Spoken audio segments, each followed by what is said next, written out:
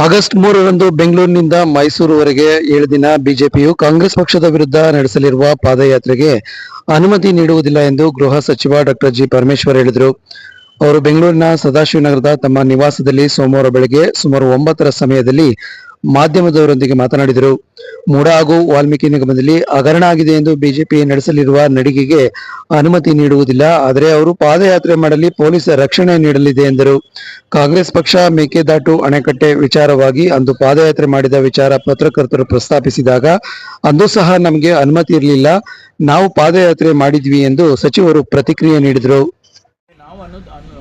ಅನುಮತಿ ಹೆಂಗೆ ಅಂದರೆ ಲೀಗಲ್ ಮ್ಯಾಟರ್ಸ್ ಅನೇಕ ಇರ್ತಾವೆ, ಅದಕ್ಕೋಸ್ಕರ ನಾವು ಕೊಡೋದಿಲ್ಲ, ನಮಗೂ ಕೊಟ್ಟಿದ್ದಿಲ್ಲ.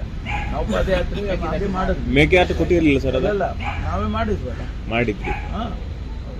ಮಾಡೋದಕ್ಕೆ ನಾವೇನು ತಡೆ ಹಾಕೋದಕ್ಕೆ ಹೋಗೋದಿಲ್ಲ. ಅವರು ಪರ್ಮಿಷನ್ ನಾವು ಕೊಡೋದಿಲ್ಲ ಸರ್. ಕಾಂಗ್ರೆಸ್ ಇಂದನೂ ಕೂಡ ಮಾಡಿ ಅವ್ರಿಗೆ ಯಾವುದು ತೊಂದರೆ ಆಗ್ದಂಗೆ ಹೋಗ್ಲಿಕ್ಕೆ ಬಿಡ್ತೀವಿ ಸರ್. ಕಾಂಗ್ರೆಸ್ ಇಂದನೂ ಕೂಡ ಕೌಂಟರ್ ಆಗಿ ಏನಾದ್ರು ಪ್ಲಾನ್ ನಡೀತಾ ಇದೆಯಾ ಸರ್? ಅದು ನಮ್ಮ ಪಕ್ಷದ ಅಧ್ಯಕ್ಷರು ತೀರ್ಮಾನ ಮಾಡ್ತಾರೆ. ಮಾನ್ಯ ಶಿವಕುಮಾರ್ ಅವರು ಈಗಾಗಲೇ ಅದಕ್ಕೆ ಬೇಕಾದಂಥ ರಣನೀತಿಯನ್ನು ಮಾಡ್ತಾ ಇದ್ದಾರೆ.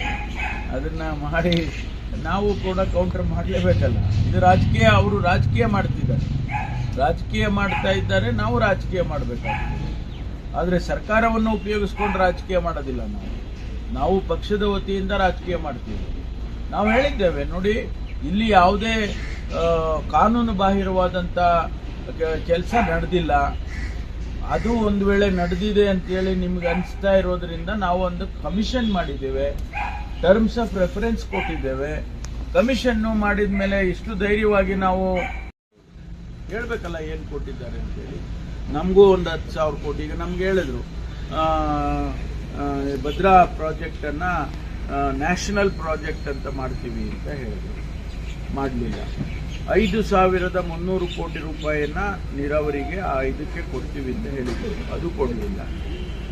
ನಮಗೆ ಬರಬೇಕಾಗಿದ್ದ ಲೆಜಿಟಿಮೇಟ್ ಆಗಿ ನಮಗೆ ಬರಬೇಕಾದಂಥ ಗ್ರಾಂಟ್ಗಳನ್ನು ಕೂಡ ಸರಿಯಾದ ಸಮಯಕ್ಕೆ ಕೊಡಲಿಲ್ಲ. ಈಗ ಫ್ಲಡ್ಡಿಂಗ್ ಆಗ್ತಾ ಇದೆ. ನಾವು ಡ್ರಾಟಿಗೆ ಕೇಳೋದು 36,000 ಕೋಟಿ ರೂಪಾಯಿ ನಷ್ಟ ಆಗಿದೆ. ನಮ್ಗೆ ಅಷ್ಟು ಬೇಡಪ್ಪ, ನಮಗೆ 12,000 ಕೋಟಿ ಕೊಡಿ ಅಂತ ನಾವು ಬೇಡಿಕೆ ಇಟ್ಟಿದ್ವಿ, ಅದಕ್ಕೂ ಕೊಡಲಿಲ್ಲ. ಆಮೇಲೆ ನಾವು ಗಲಾಟೆ ಮಾಡಿದ ಮೇಲೆ ಒಂದಿಷ್ಟು 3,624 ಕೋಟಿ ರಿಲೀಸ್ ಮಾಡಿದರು. ಈ ರೀತಿ ಮಲ್ತಾಯಿ ಧೋರಣೆಯನ್ನು ತೋರಿಸ್ತಾ ಇದ್ದು ಬೆಂಗಳೂರಿಗೆ ಬಂದು ನಾನು ಎಲ್ಲ ಚೆನ್ನಾಗಿ ಹಣ ಕೊಟ್ಟಿದ್ದೀನಿ ಅಂತ ಹೇಳಿದ್ರೆ ಏನಾದರೂ ಅರ್ಥ ಇದೆಯಾ? ಏನಾರು ಅರ್ಥ ಇದೆಯಾ? ಅವರು ನಮ್ಮ ರಾಜ್ಯದಿಂದ ರಾಜ್ಯಸಭಾ ಮೆಂಬರ್ ಆಗಿದ್ದಾರೆ, ಅದು ಒಂದು ಕಡೆ ಇರಲಿ, ಅದು ಪೊಲಿಟಿಕಲ್.